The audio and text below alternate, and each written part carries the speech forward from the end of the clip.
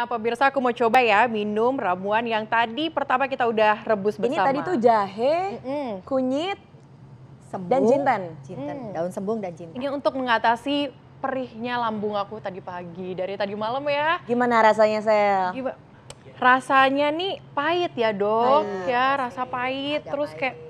tapi bisa aromanya enak pakai banget. madu. Nyaman ya, Sel ya? Aromanya enak banget, ini Aromanya bener-bener enak. aroma relaksasi banget dan Iya. semoga aja setelah minum ini ya dok, Iya. lambung aku nih perihnya Bisa reda. berkurang. Bener. Tapi ini harusnya diminum setelah makan ya Setelah dok. Iya. makan. Untung tadi udah sarapan. Untung udah sarapan. Iya dong. Nah, ini yang kedua ada ramuan yang tadi kita sudah racik, daun pandan, lalu juga secang dan jahe. Ini yang Jahe. kedua ya. Ini untuk kembung Sekarang- bagus kalau lagi nggak Oh, untuk nyaman. kembung Iya. bagus ya. Kita cobain yang kedua ya. Bisa diterima rasanya. Oh, gitu. Bisa diterima. Seperti teh ya. Seperti teh. Iya. Hangat dan ya pasti nyaman ya dok di Nyaman, lambung. iya. Jadi lebih adem dan juga lebih Pahit nggak? enggak juga sih, kayak teh biasa aja. Iya. Bisa dikonsumsi. Oke, dok nih di depan Celia tuh juga ada temulawak. Celia baca infonya, temulawak ini bisa mengurangi kembung dan juga emah. Fakta atau Betul. mitos dok? Itu adalah fakta. Fakta. Wah, gimana cara buatnya Iya. dok? Jadi kita sudah kenal ya, ini namanya temulawak. Kalau kita bilang Java turmeric, dan kita patut bangga. Temulawak ini adalah tanaman asli Indonesia yang diakui oleh UNESCO sebagai kearifan lokal yang diakui dunia. Oke, Ya. cara buatnya gimana Cara dok? buatnya mudah sekali. Satu, kita siapkan air 1 liter, kemudian temulawaknya cukup 1 bonggol ya, 1 bonggol, kemudian kita kupas, kita cuci bersih, kita iris-iris, kita masukkan. Oke, teh. Berarti bener ya kalau kata-kata orang-orang tua dulu nih Minum dok. temulawak katanya temulawak Sel ya. bisa mengurangi kembung dan juga emah di perut. Betul, jadi ini yang temulawak Mbak Adia, Mbak Celia, kita rebus sama seperti tadi ya, 15 menit dengan api kecil. Api kecil. Sampai kira-kira jadi 300 cc Oke. ya setengahnya. Nah, Ya. diminum juga sama 1-2 kali sehari. Kemudian yang patut kita perhatikan, bikinnya juga nggak boleh terlalu pekat. Oh, nggak boleh terlalu Ya, pekat. jadi Kenapa, Dok? misalnya nih, kalau 1 liter air mau dibikin 5 bonggolnya saking semangatnya pengen cepat sembuh gitu ya. Itu Bukannya tidak- sembuh ya, Dok? Bukannya sembuh, justru tidak baik karena justru menjadi iritan. Oke. Jadi mengiritasi justru kalau terlalu pekat ya. Baik. Jadi makanya pakainya adalah cukup 1 bonggol dicampur, diiris-iris dulu, dicuci bersih, dicampur dengan 1 liter air direbus. Oke, Dok. tapi ada penyakit-penyakit tertentu nggak sih Benar. dok yang nggak boleh minum temulawak ini? So far kalau sampai saat ini dalam penelitian sebenarnya nyaris aman. Aman. Range Oke. keamanannya itu luas Oke. ya. Dan yang patut diperhatikan adalah sebenarnya kalau kita minum obat dokter.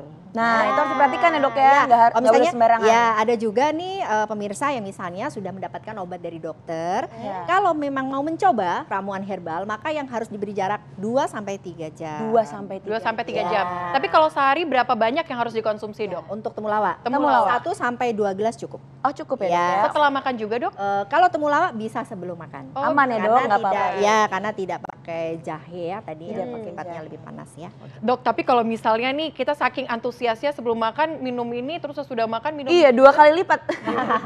Ya, sebaiknya begini, kalau mau minum ya tidak terus terlalu semangat juga. Karena kita tahu bahwa gastritis atau dispepsia atau yang namanya asam lambung kita sedang naik atau begah kalau kata orang Indonesia ya.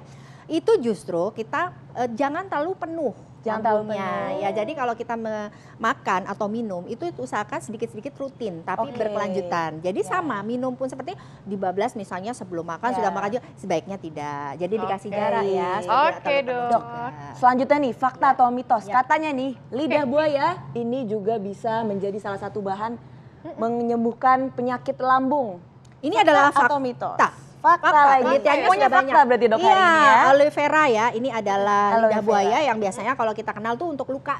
Biasanya untuk luka supaya cepat sembuh ya. Iya, kita soalnya gitu rambut ya. kita juga bagus Betul. ya dok ya. Dan ternyata ini pun juga khasiatnya juga luar biasa untuk lambung. lambung. Ya, jadi dia dapat meredakan gejala penyakit mah kalau kita bilang karena dia bagus sekali untuk memperbaiki mukosa ususnya, Kalau lambungnya. cara membuatnya Cara sendiri kayak membuatnya sebenarnya simpel sekali. Ini bisa 2 macam, bisa jadi koktail, bisa juga cuma di blender biasa sebagai Oh, jus. di blender kayak gini Iya. ya dok ya? Bisa ya, Dok, Cuma Oke, yang pemirsa. perlu diingat Mbak Adia, Mbak Apa tuh, Celia, Dok?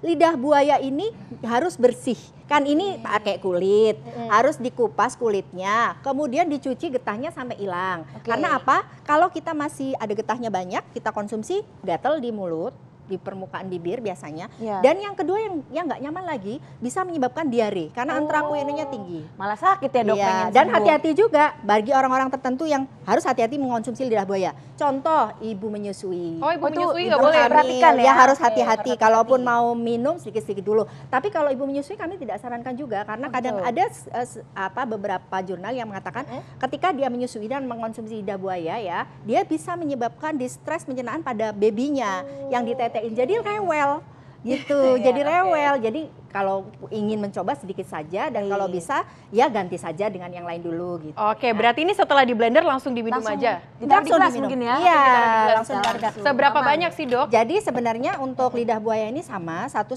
kali cukup ya. Kalaupun terlalu banyak Semua ya, juga tidak baik ya. Cangkir biasanya kita Ini bisa pakai. pakai jeruk nipis atau madu Iya. bisa Boleh juga dok. tapi gini, kalau yang bagus di penelitiannya adalah dipakai tunggal jusnya. Tunggal. Ya, kalaupun mau mencampur atau mix dengan bahan lain, sebaiknya juga kita perlu hati-hati juga. Karena kasus gastritis, mah atau dispepsia atau kembung dan sebagainya, kita harus hati-hati juga untuk Ya. mengkonsumsi bahan makanannya. Oke.